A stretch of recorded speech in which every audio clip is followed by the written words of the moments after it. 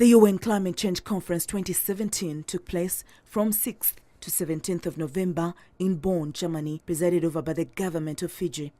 Uganda, like other countries, is experiencing significant impacts of climate change.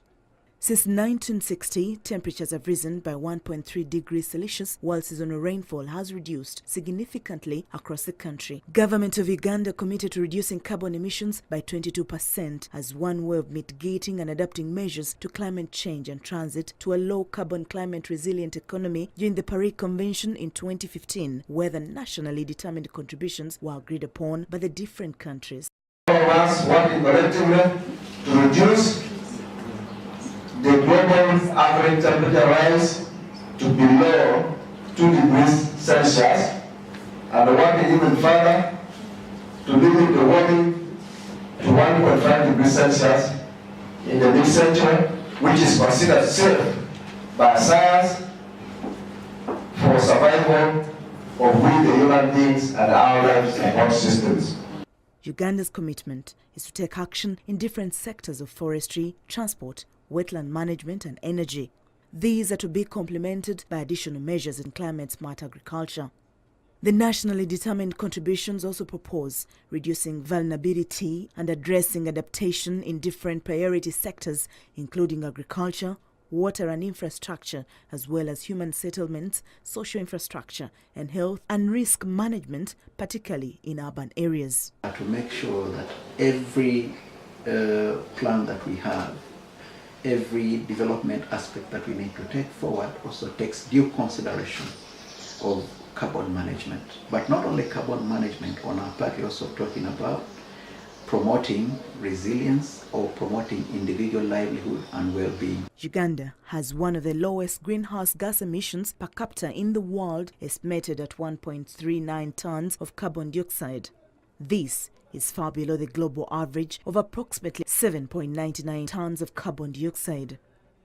In spite of this, the country is very much committed to fulfill its obligation as part of a global effort to reduce emission to realize the Goal 13 of the United Nations Sustainable Development Goals. Over 150 countries have so far submitted their nationally determined contributions that formed the basis of the COP21 agreement. They detail how 4 countries are prepared to go in the fight against climate change, taking into account their domestic circumstances and capabilities. For Uganda, these actions will, among others, result in achieving a total of at least 3,200 megawatts renewable electricity generation capacity by 2030, up from 729 megawatts in 2013.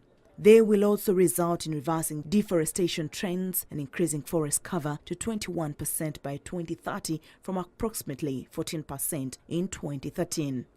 This will be achieved through forest protection, afforestation. The ambition is there, but how now do we translate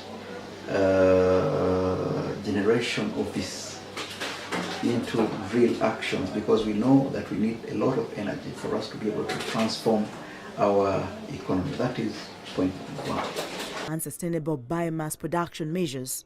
The wetland coverage is projected to increase to 12% by 2030 from approximately 10.9% in 2014 through demarcation, gazettement and restoration of degraded wetlands. Uganda's response to submit its contributions has various benefits across sectors. In the energy sector, the deficit experienced in the past decade drove the country into using unsustainable, expensive and polluting thermal generators.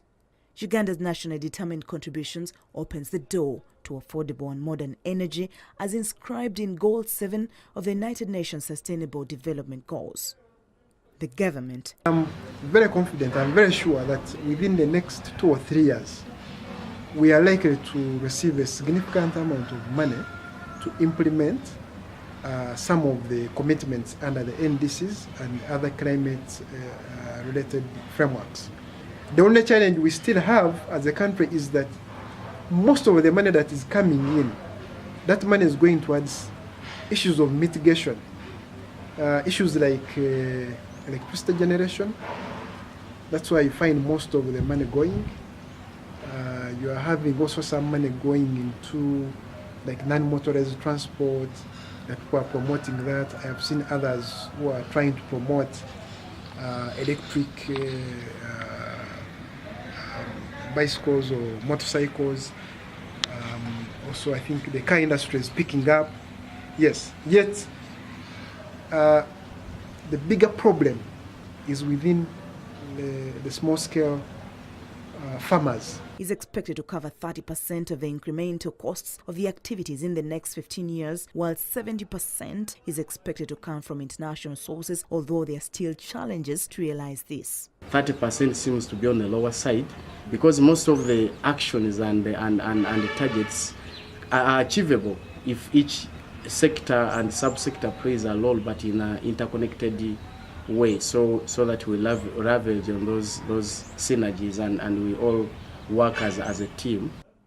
Uganda aims to build on existing pipeline for clean development mechanism (CDM) projects and programs of activities such as the Bujagali hydropower plant, as well as improved cook stoves for East Africa. Joyce Bagala, Janina Nabukera, NBS Live at 9.